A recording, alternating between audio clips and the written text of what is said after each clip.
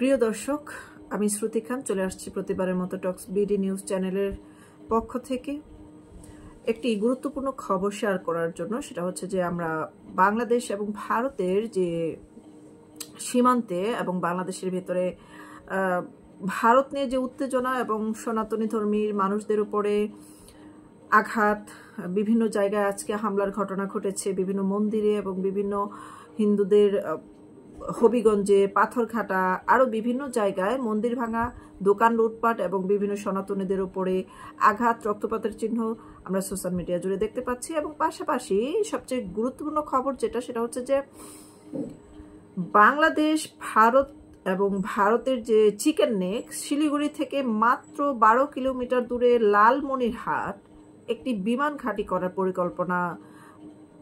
পরিকল্পনা বাস্তবায়নের পথে, অগ্রগতির পথে অগ্রসর হচ্ছে এবং সেখানে কাজ শুরু হয়ে গেছে। লালমনিরহাটের যে বিমানবন্দর, সেটি ইতিহাস দ্বিতীয় বিশ্বযুদ্ধ থেকে শুরু করে এখন পর্যন্ত ভারত এবং বাংলাদেশ এর মাঝখানে খুবই গুরুত্বপূর্ণ একটি পয়েন্ট।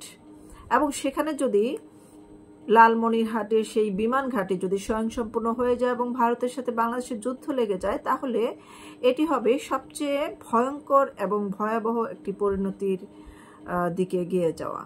এবং ভারতের চিকেন নেক, যেটা শিলিগুড়ি করিডোর বলা হয়, ভারত এবং আন্দামান প্রদেশ, সেভেন সিস্টারের সাথে সংযোগস্থল, সেই সংযোগস্থল হারিয়ে ফেলতে পারে ভারত। আমরা সম্প্রতি সময় জেনেছি যে ডক্টর ইউনূস ক্ষমতা নেওয়ার পূর্বে সেই চিকেন নেকের হুমকি ভারতকে দিয়েছিলেন। তাহলে সেটি কি বাস্তবায়নের দিকে রূপরেখা টেনে সামনে এগিয়ে চলছেন কিনা, সেটাও একটি প্রশ্ন থেকে যায়। পাশাপাশি আবার আরেকটি খবর চড়া হয়েছে যে পাকিস্তান থেকে দ্বিতীয়বারের মতো একটি অস্ত্র ভর্তি জাহাজ এসেছে বাংলাদেশে। সেই খবরটি প্রকাশ করেছে নিউজ 18 বাংলা 16 ঘন্টা পূর্বে। আমি এই মুহূর্তে যে খবরটা পড়ছি এর 16 ঘন্টা পূর্ব থেকে এই খবরটি প্রচার করা হয়েছে। সেটির খবরটি আমি হুবহু আপনাদেরকে তুলে ধরছি। ঢাকা অশান্তির পরিস্থিতিতে জর্জরিত বাংলাদেশ, মানে ঢাকা শহর পুরো বাংলাদেশকে এখন অস্থিতিশীল করে রেখেছে এবং এরই মধ্যে সেনাবাহিনীর জন্য পাকিস্তান থেকে বিপুল পরিমাণ অস্ত্র কিনেছে তারা।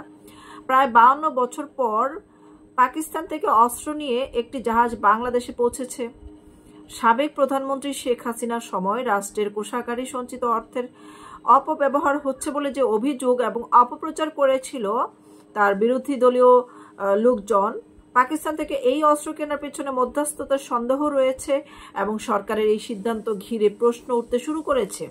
কিন্তু তারা এখনো পর্যন্ত কোনো প্রকার স্বচ্ছ জবাবদিহিতা জনগণের সামনে তুলে ধরতে পারেনি।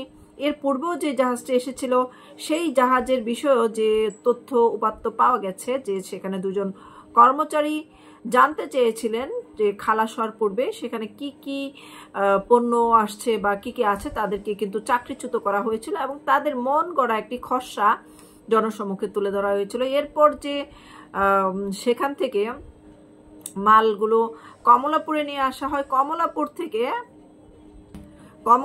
থেকে 5-6টি কন্টেইনার কিন্তু গায়েব হয়ে যাওয়ার খবরও আমরা পেয়েছি। সেগুলো কোনো প্রকার জবাবদিহি ছাড়া বা কোনো প্রকার নোটেড ছাড়া, মানে যেখানে নোট করতে হয় যে সে জিনিসটি কোথা থেকে আসলো, কোথায় গেল, ভিতরে কি আছে, সেই জায়গায়ও কিন্তু তল্লাশি মিসিং ছিল। এবং এখন যে জাহাজটি বাংলাদেশে ঢুকেছে সেটিও স্পষ্ট করে কিছু খবর এখানে আমরা গুরুত্বপূর্ণ তথ্যপাত্র পেয়েছি যে বাংলাদেশে এমন পরিস্থিতিতে যে প্রয়োজনীয় সরঞ্জাম সরবরাহ করতে হবে, বাংলাদেশের পরিস্থিতি বিবেচনা করে অধিকাংশ দেশ থেকে গোলাবারুদ সরবরাহের বিষয়ে সন্তোষজনক উত্তর পাওয়া যায়নি। এরপর কিছু উপদেষ্টা পাকিস্তান গেলে গোলাবারুদ আনার পরামর্শ দেন। বাংলাদেশে কিছু উপদেষ্টা পরামর্শ দিয়েছেন কিছু গোলাবারুদ নিয়ে আসার জন্য।